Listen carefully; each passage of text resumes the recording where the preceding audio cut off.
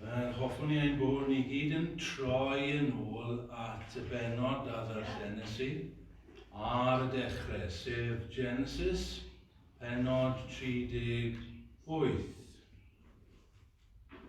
Genesis, penod 38. Nawr, hwn i ddim faint o bobl yng Nghymru fydd yn troi at y benod hon ar noswyl Nadolig. Ni ddim faint o bobl bydd yn troi at y benod hon o gwbl ar unrhyw nos Sul yn ystod y flwyddyn. Falle roedd rai yn chi yn meddwl wrth i fi ddarllen y benod. Wel, am benod rhyfedd iawn i ddarllen y noson cyn Nadolig. Wel, mae yna reswm pam rydyn ni'n troi gyda'n gilydd i edrych ar y benod hon heno, ac rwy'n gobeithio ateb 3 cwestiwn gyda'n gilydd. A dyma'r 3 cwestiwn. Pam mae'r benod hon yn y Beibl o gwbl? Yr ail gwestiwn. Beth sydd gan y benod hon i ddweud wrthyn ni? A'r trydydd cwestiwn, pam edrych ar y benod hon ar noswyl Nadolig? Cyn ein bod ni yn edrych ar y benod ac yn ceisio ateb y cwestiynau hynny, mae werth dweud yr hyn gobeithio sydd yn amlwg i chi wedi chi glywed neu darllen y benod ynghynt yn yr oedfa. Mae'n benod ofnadw. Nawr, mae hwnna beth rhyfedd i ddweud yn ydy e. Dydw i ddim yn meddwl wrth hynny wrth gwrs fod rhywbeth o'i le ar y benod oherwydd mae'n air Duw. Mae pob penod yn y Beibl yn air Duw. Ond fi'n golygu fod y cynnwys yn ofnadw. Fod y cynnwys yn ddiflas. Fod yr hanesyn yn ddiflas. Byddwn ni'n dweud yn Gymraeg, mae'n ychyfur y stori sydd dan sylw. Dyfe? Ie, ychyfur. Mae hyd yn oed rhai sydd ddim yn deall Cymraeg yn deall hynny. Mae'r cynnwys yma, i ddefnyddio gair Saesneg, mae'r cynnwys yn shocking. Ydy e? Mae'n shocking. Gen i fynd trwy'r hanes gyda'n gilydd i ddechrau, jyst i wneud yn siŵr bod ni'n deall y manylion cyn dod at cymhwyso. Adnod 1. Mae'r sylw yr awdur yn troi oddi wrth Joseph, achos mae wedi dechrau hanes Joseph. Ac mae pobl yn awyddus i gerio ymlaen gyda stori Joseph, byddwch chi dychmygu. Ond mae'n torri ar draws hynny, ac mae ei sylw nawr ar Jwda, pedwerydd mab Jacob. Ti'n cofio? Roedd 12 mab gan Jacob. A merched, Jwda oedd y pedwerydd mab. A beth sydd gyda ni fan hyn yw mynd i ddilyn hanesyn am Jwda. A mae'n dechrau trwy ddweud adnod 1, yr adeg honno gadawodd Jwda ei frwdyn. A throi at ŵr o Adulam o'r enw Hira. Mae'n gadael i deulu. Yn Saesneg mae'n dweud, fi'n credu, mewn un o'r fersiynau, he went down. Mae'n mynd lawr oddi wrth i deulu.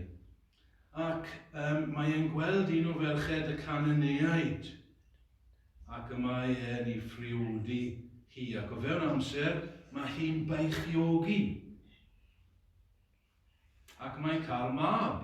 A dweud y gwir, mae'n cael 3 mab.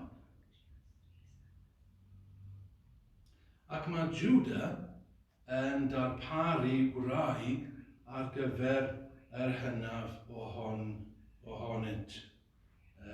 Mab o'r enw Ac enw'r wraig oedd Tamar. Mae hi'n cael lle amlwg yn y benod. Nawr, mae adnod 7 yn eitha diflewyn ar dafod, ond dyn drygionus yng ngolwg yr arglwydd oedd mab hynaf Jwda, a pharodd yr arglwydd i ddyfarw yn y William Morgan, lladdodd yr arglwydd ef. Ni ddim yn gwybod beth oedd ei ddrygion ni, ond mae'n dweud oedd e'n ddyn drwg, a mae Duw ni ladd fel yna. Ac felly nawr mae Tamar yn wraig weddw, ac yn ôl arfer yr amser hyn, byddai brawd y wraig weddw yn ei phriodi. Dyna oedd dyletswydd y brawd oedd yn fyw. Cymryd hi'n wraig ac wedyn yn rhoi plant iddi hi.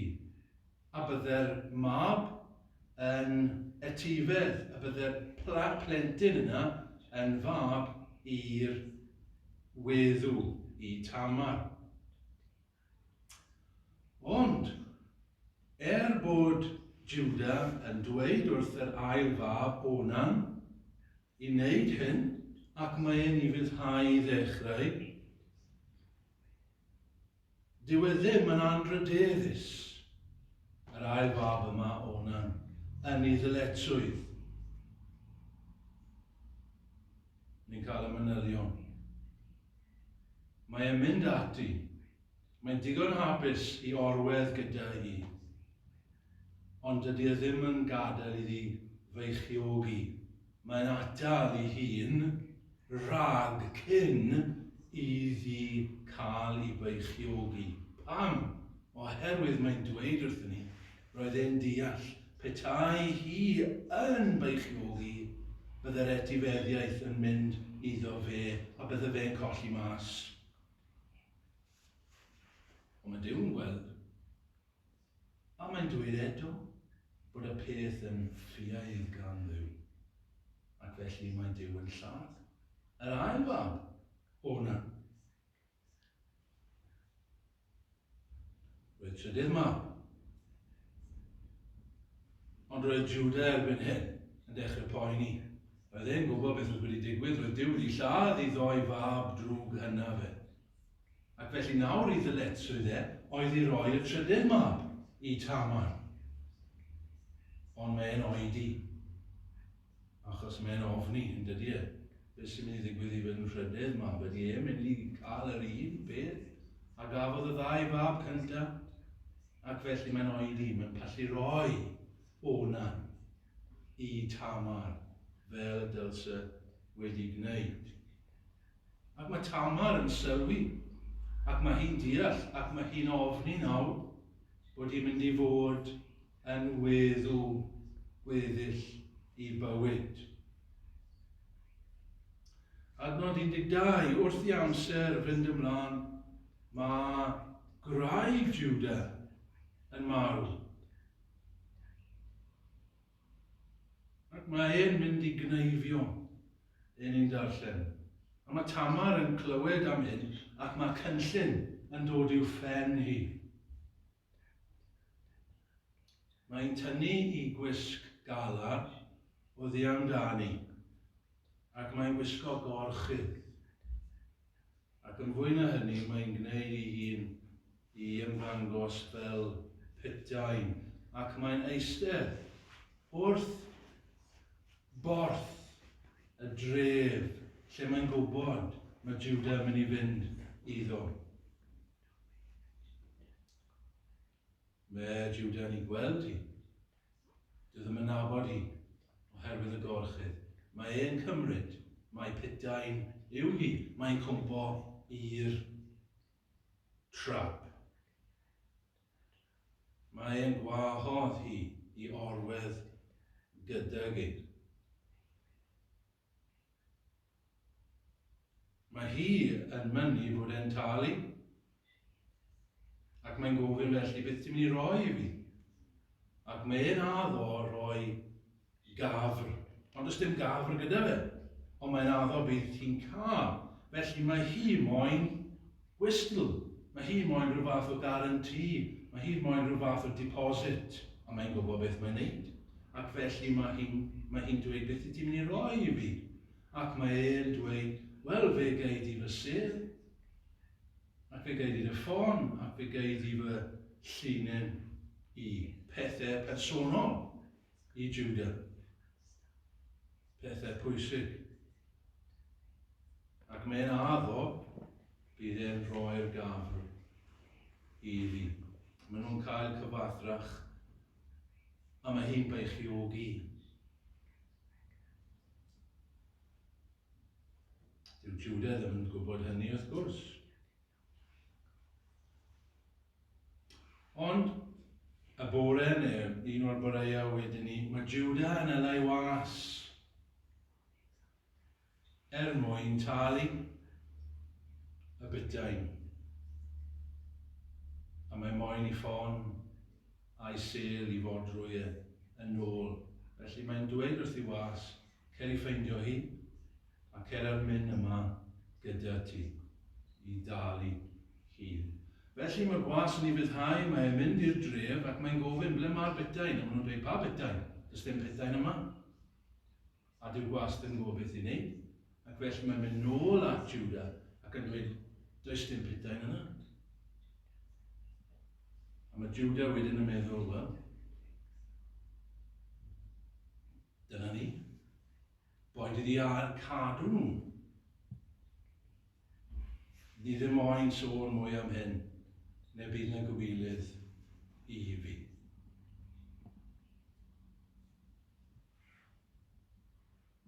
Mae 3 mis yn mynd heibio, a mae Tamar yn dechrau dangos. Ni'n dangos bod hi'n weichio. Mae chynllun hi yn dod yn fwy ac yn fwy i'r golwg. Mae hi yn gwneud yn amlwg i bawb i bod hi'n feichio ac yn gwybod bod y neges yn mynd i fynd yn ôl at Jwda. A mae'n clywed blwmp ac ymlaen. Mae Tamar yn feichio, mae hi wedi bod yn peteinio, mae hi wedi bod yn godi nefi. Mae Jwda yn grac ac mae e'n dweud, dewch â hi allan mwyn i ni llosgi hi.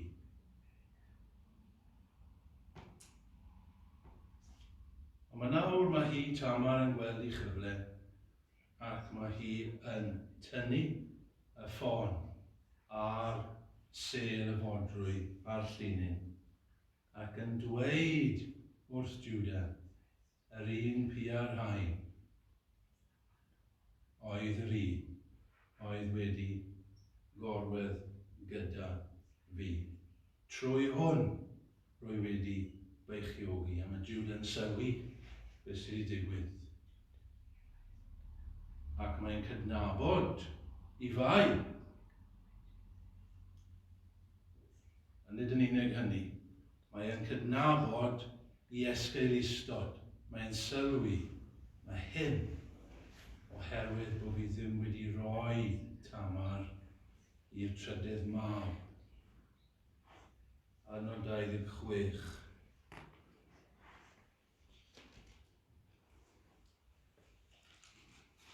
Adnabu Jwda hwy a dywedodd y mae hi'n fwy cyfiawn na mi oherwydd na'r oes hi i mab Sela.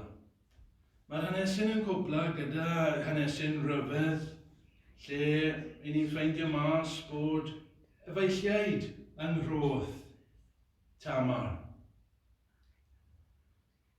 Ac wrth i un ddod mas, un o'r efeilliaid, mae'r bydwraig yn rhoi llinyn goch ysgarlad o amgylch i law. Ond mae'n tynnu nôl, a mae'r llall yn dod mas o'i flaen e. Ac maen nhw'n galw yr efaill dath allan cyntaf yn Peres. A'r ail Sera. Dyna'r hanes. Dyna'r hanes i ni hyn o. Pam mae'r hanesydd hyn yn y Beibl? Pam mae'r benod yma yn y Beibl? Beth yn y byd sydd gan yr hanesydd hyn i ni heno, meddech chi?